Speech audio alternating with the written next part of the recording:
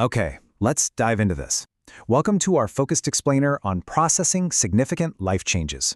Today, we're unpacking one of the most famous, but honestly kind of misunderstood psychological frameworks out there when it comes to human emotion. Whether you're personally navigating a massive shift right now, or you're just really curious about how human resilience actually works, well, you're definitely in the right place. We're going to break down the complex architecture of grief and really map out this emotional journey that connects every single one of us. So, how exactly do our minds process a significant loss? I mean, really think about that for a second. When the ground completely shifts beneath our feet, our brains don't just say, okay, fine, and immediately move on, right? Feeling totally overwhelmed by loss is a deeply, universally human experience. We literally all share this common emotional processing system. But what's actually happening behind the scenes in our heads during these jarring moments? How on earth do we get from that initial paralyzing shock to eventually, somehow, finding a path forward? To answer that, we have to look at a foundational framework. It's called the Kübler-Ross grief cycle. Now, this was developed by psychiatrist Elisabeth Kübler-Ross, and it wasn't just some random guess. It was specifically designed to map out the distinct emotional stages that people go through when they're staring down a significant loss. And grounding our understanding in this psychiatric science is absolutely crucial. It gives us a language, basically a map, for the sheer chaos of grief. It shows us that this absolute whirlwind of emotions isn't just random static. It's a documented, observable sequence that the human mind uses to survive and adapt. Section 1. The Kübler-Ross Framework. From dying to everyday loss. Originally, as you can see over on the left, Elisabeth Kübler-Ross actually applied this framework strictly to the profound process of dying. It was completely focused on the ultimate loss of one's own life. But over time, a really massive shift happened. If you look at the modern adaptation on the right, the psychological community realized something huge. Our minds process almost all types of loss using the exact same emotional machinery. So today, this framework has been adapted to cover a way wider range of losses. Yeah, we're still talking about the death of a loved one, for sure, but also things like a sudden job loss, a really painful divorce, or pretty much any major life change. It broadens the lens, showing us that grief isn't just about death, it's literally our mind's natural reaction to any profound disruption of our normal, everyday reality. Let's move to and see how this builds. What does this journey actually look like? Well, it breaks down into 5 main checkpoints: denial, anger, bargaining, depression, and acceptance. Now, human emotion is rarely a perfectly straight line, but understanding these 5 distinct stages gives us an incredible roadmap through the total chaos of a major life transition. So let's examine the very first step our mind takes when reality suddenly shifts. Stage 1. The initial impact. Denial. When a significant loss hits, the change is almost always sudden, unexpected, and just entirely shocking. And in response, we go right into denial. Now, denial is essentially a defense mechanism. It's like instinctive psychological armor. You might feel entirely numb or just be completely consumed by shock. And here's a wild fact about human psychology. When we're overwhelmed, our brain literally restricts data processing to protect us from an emotional system crash.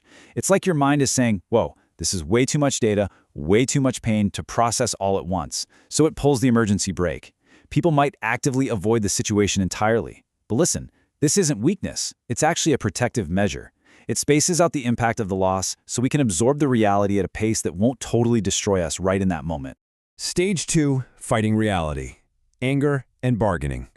But numbness has an expiration date. Eventually, the reality does set in. That protective shield starts to crack. And because the mind can't hide anymore, it comes out swinging. It fights back with deep frustration and resentment. And notice how wild this energy is. This anger isn't always rational. You might direct it at your boss, your partner, yourself, or honestly, just scream at the universe. It's this huge outward explosion of energy. It's a desperate, heated response to the pain of a brand new, totally unwanted reality finally breaking through the surface.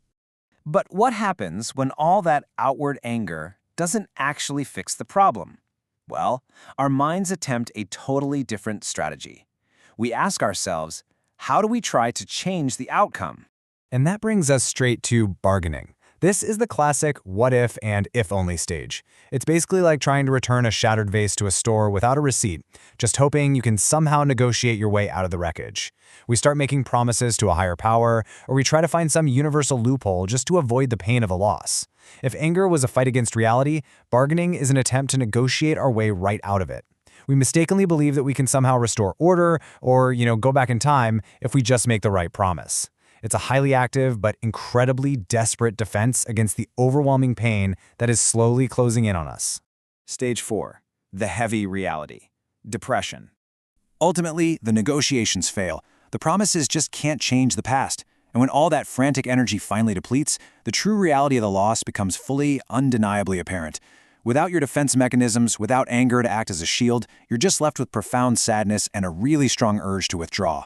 The person feels entirely overwhelmed by grief, and this often manifests as a complete loss of interest in activities they once loved. It's a dark, quiet, very inward-facing stage where the true, unmitigated weight of the loss is finally felt. It's incredibly difficult, but it's also a necessary grounding in the absolute truth of the situation. Stage 5.